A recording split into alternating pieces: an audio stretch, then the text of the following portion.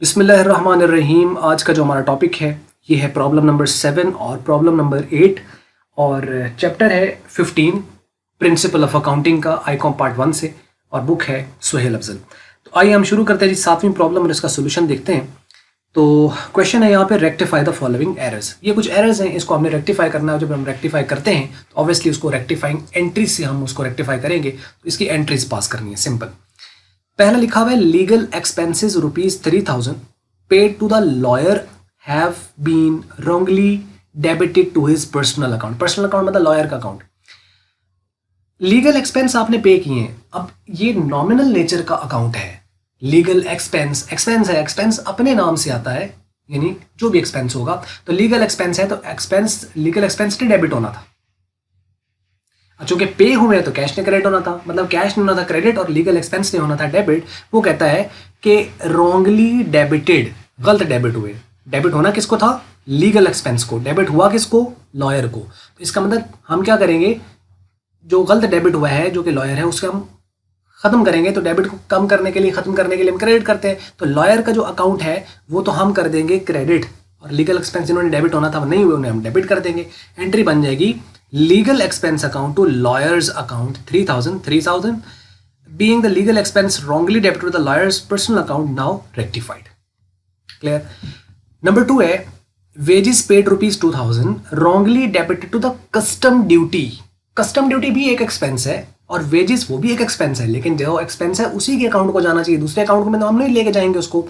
यहाँ पे देखें वेजेस हमने पे किए हैं तो एंट्री बननी थी wages account to cash account. जब पोस्ट होना था तो वेजेस ने डेबिट होना था और कैश ने क्रेडिट होना था। अब उसने कहा डेबिटेड की गलती है, रॉन्ग डेबिटेड। इसका अंदर डेबिट वाला गलत है, क्रेडिट वाला ठीक है अपनी जगह पर, मतलब कैश की गलती नहीं है। तो वेजेस को डेबिट होना था, लेकिन वो कहते हैं wrongly debited to the custom duty. तो कस्टम ड्यूटी को तो नहीं डेबिट होना था ना, उसे हम क्या कर देंगे, कस्टम ड्यूटी कर देंगे क्रेडिट, और वेजेस ने डेबिट होना था जो नहीं हुआ उसे हम डेबिट कर देंगे। एंट्री बनेगी wages account to custom duty account.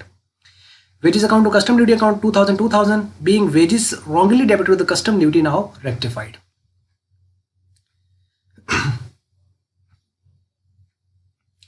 Next देखते हैं जी नंबर 3 है और वो है ट्रेड एक्सपेंस ₹180। ट्रेड एक्सपेंस ₹180, 180 रुपए के ट्रेड एक्सपेंस है। Posted to the ledger as 810 है एक्सपेंस, ट्रेड एक्सपेंस 180 के, और पोस्ट हुआ है लेजर। लेजर का मतलब अकाउंट, और ये किसका अकाउंट? इसी ट्रेड एक्सपेंस का अकाउंट। उसको पोस्ट कितने हो गए? 810 रुपए। अब देखो डेबिट होना था, ट्रेड एक्सपेंस डेबिट होते हैं ना, एक्सपेंस हुए तो डेबिट होंगे, मतलब डेबिट होना था 180 और डेबिट हुआ 810। ज्यादा डेबिट हो गया ना, तो जब ज्यादा डेबिट हुआ तो उसे हमें क्या करना है? कम। तो कम करने के लिए इसे क्रेडिट करना पड़ेगा। तो कितने से कम करें? इतने से तो होना था ना, इतना हम रखेंगे और जो बाकी ऊपर जितना भी ज्यादा हो गया है उसे हम क्रेडिट कर देंगे। मतलब इसका 810 में से 180 निकाल दो, जो पीछे बैलेंस बचेगा 630 रुपए, उससे आपने क्या कर देना है, इसको ट्रेड एक्सपेंस को क्रेडिट कर देना है। क्यों? क्योंकि डेबिट ज्यादा हुआ है। तो चूंकि एक ही अकाउंट की गलती है, एक साइड ज्यादा है उसकी, तो ऑब्वियसली ट्रायल बैलेंस एग्री नहीं की होगी, उस वक्त सस्पेंस आया होगा, उसको हम सस्पेंस को यहाँ पर लिखेंगे। तो चूंकि ट्रेड एक्सपेंस तो हो जाएगा यहाँ पर क्रेडिट, तो सस्पेंस हो जाएगा डेबिट। एंट्री बनेगी suspense account to trade expense account, और ये है जी हमारे पास सस्पेंस अकाउंट 630 और trade expense account 630 being the wrong amount debited to the trade expense account, now rectified. ये आ गए यहाँ पे। अब हम चलते हैं जी नंबर 4 की तरफ। यहाँ वो बात कर रहे हैं कि a sale of ₹3000 to A was wrongly debited to the B account of B. देखो सेल हमने की है ए को, एंट्री क्या बननी थी? A account to sale account. तो जब पोस्ट होना था तो ए ने डेबिट होना था, सेल ने होना था क्रेडिट। ए ने डेबिट होना था, सेल ने क्रेडिट होना था। अब वो कहता है कि रॉन्गली डेबिटेड मतलब डेबिट की गलती है, मतलब ए को डेबिट करना था, उसने ए को डेबिट नहीं किया, बी को कर दिया। अब हम क्या करें? ए को करना था, नहीं किया, अब करेंगे हम। ए को हम करेंगे डेबिट, और जो बी उसने गलत डेबिट किया वो उसे हम कर देंगे क्रेडिट। एंट्री बन जाएगी A account to B account. ठीक है, और इसमें सस्पेंस नहीं आएगा क्योंकि अकाउंट का सिर्फ नाम चेंज हुआ है, डेबिट तो डेबिट हुआ ना अपनी जगह पर।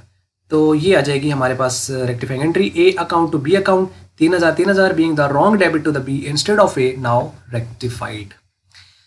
और लास्ट है यहाँ पर sales book was overcast by ₹3,000। Sale book overcast है। अच्छा देखो, सेल बुक ओवरकेस्ट है ना, तो सेल का हम बैलेंस देखेंगे। सेल का बैलेंस होता है नॉर्मल क्रेडिट।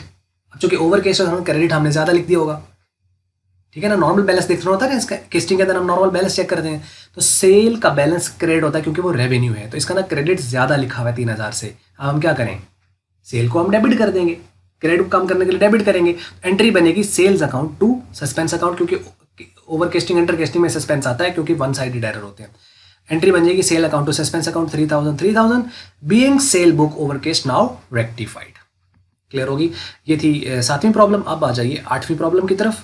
इसमें देखें, वो कहते हैं रेक्टिफाई द फॉलोइंग एरर्स। गौर से देख लेना है, या साथ साथ में बताता जाऊंगा और आपने इसको पिक करते जाना है साथ साथ। पहला पॉइंट है यहाँ पर कि आ cell of ₹496 to Ashraf.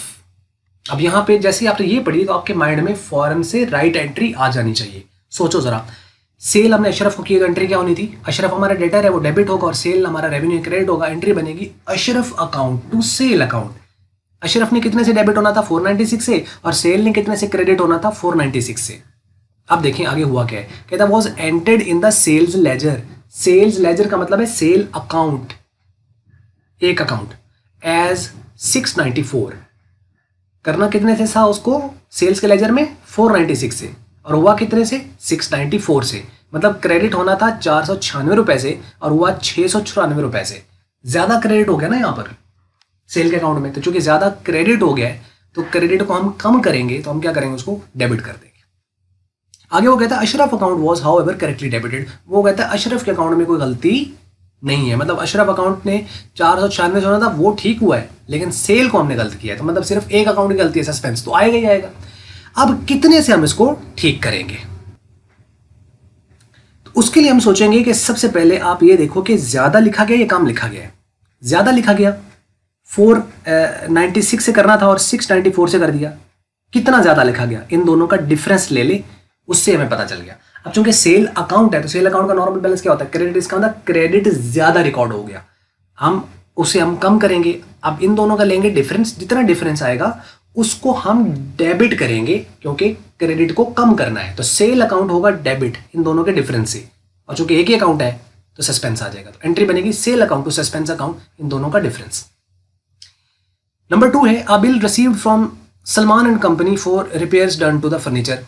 Repairing की हमने और उसका उन्होंने हम उसका रिपेयरिंग कराई गई है और उसका बिल रिसीव हुआ है।